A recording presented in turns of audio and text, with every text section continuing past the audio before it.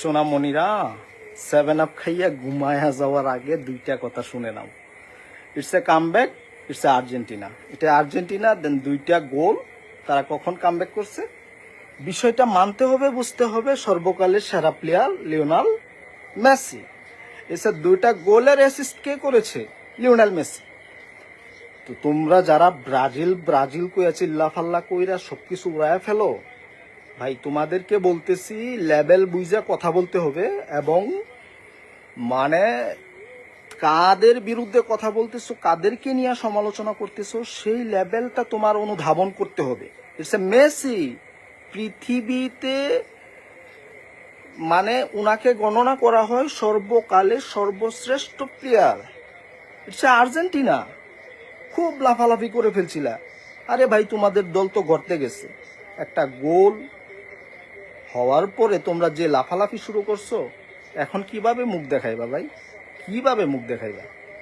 এই মুখ নিয়া কালকের পর থেকে আর বাইর হইও না। যারা চিল্লাফাল্লা করছিলা, একবারে মুখটা ছোট হয়ে গেছে। সবার আগে বাংলাদেশ, আমরা ইংল্যান্ড করি।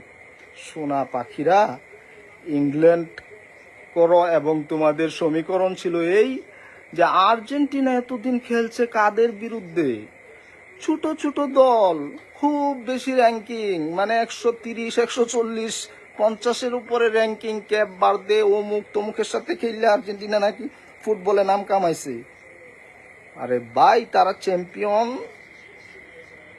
শুধু শুধু চ্যাম্পিয়ন তো হতে পারে না। সো উল্লেখ্য একটা কথা, যে যাদেরকে নিয়ে কথা বলা হয় তাদের ধারে কাছেও তোমাদের দল যাইতে পারে না। তোমাদের ব্রাজিল গত 10 বছরে, গত 3 বিশ্বকাপে, 15 বছর, 14 বছরে কোয়ার্টার ফাইনালের মুখ দেখতে পারেনি। তো সেখানে আর্জেন্টিনারে নিয়ে তোমরা সমালোচনা করো। আজকে অমুক ডাল ধরো, কালকে তমুক ডাল ধরো, পরশু দিনও অমুকটা ধরো। তোমরা ফুটবল বিশ্লেষক হয়ে গেছো। মেসি কিনালছে ফিফা, হয়ে যায় মেসি মাফিয়া। তোমাদের হ্যাডামের মধ্যে মুরাদ নাই। তোমরা নিজেদের দল তো আগাইতেই পারো না। যেই ডাল ধরতেছো সেই ডাল ভাঙ্গা পড়তেছে। আজকে ইংল্যান্ড, কালকে পর্তুগাল, পরের দিন অমুক, পরের দিন তমুক। কইরা কইরা তোমাদের মান সম্মান, ফ্যামিলিগত, সামাজিকগত যত ইজ্জত ছিল তোমাদের ন্যূনতম, সেগুলো তোমরা নষ্ট করে ফেলছো।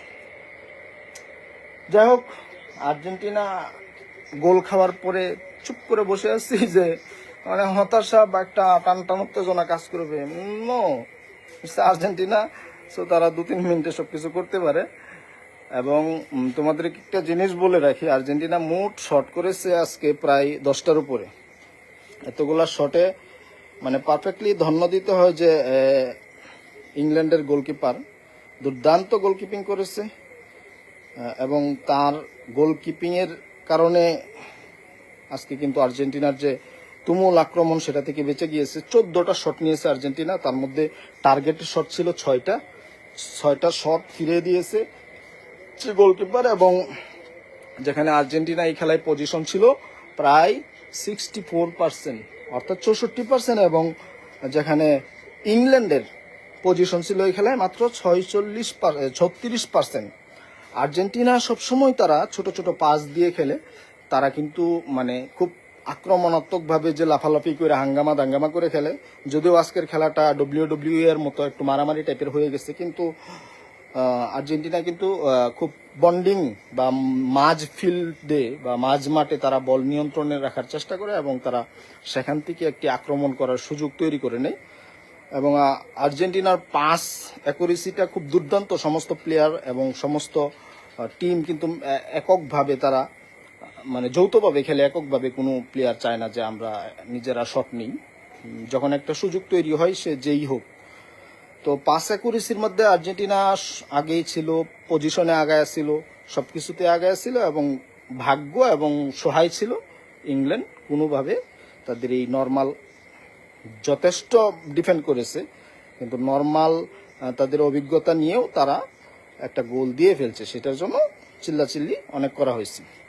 আর্জেন্টিনার পাস ছিল 578টা, মোট পাস ছিল। হ্যাঁ, 578টা পাস। এবং আজকের খেলাটাই অত্যাধিক পরিমাণে ফাউল হয়েছে, যেখানে প্রায় আমরা দেখতে পাই 26টির মতো ফাউল হয়েছে দুই দলে মিলে। আর্জেন্টিনা করেছে 15টি এবং ইংল্যান্ড করেছে 11টি, যেখানে আর্জেন্টিনা ইয়েলো কার্ড বা হলুদ কার্ড খেয়েছে 3টি এবং ইংল্যান্ড খেয়েছে 1টি, এবং লাল কার্ড কোনো প্লেয়ার খায় নাই। আর্জেন্টিনা 6টা কর্নার থেকে শট করেছে এবং টোটালি টার্গেটে শট করেছে 6টা এবং 14টা শট তাদের ছিল, যেখানে ইংল্যান্ডের শট ছিল মাত্র 6টা এবং টার্গেটের শট ছিল মাত্র 3টা, যেখানে ইংল্যান্ড 1 গোল দিতে পেরেছে ভাগ্যক্রমে, আর আর্জেন্টিনা সেখানে মাত্র কয়েক মিনিটের ব্যবধানে 2 গোল দিয়ে কামব্যাকটা করলো এবং 90 মিনিটেই খেলাটা শেষ করলো।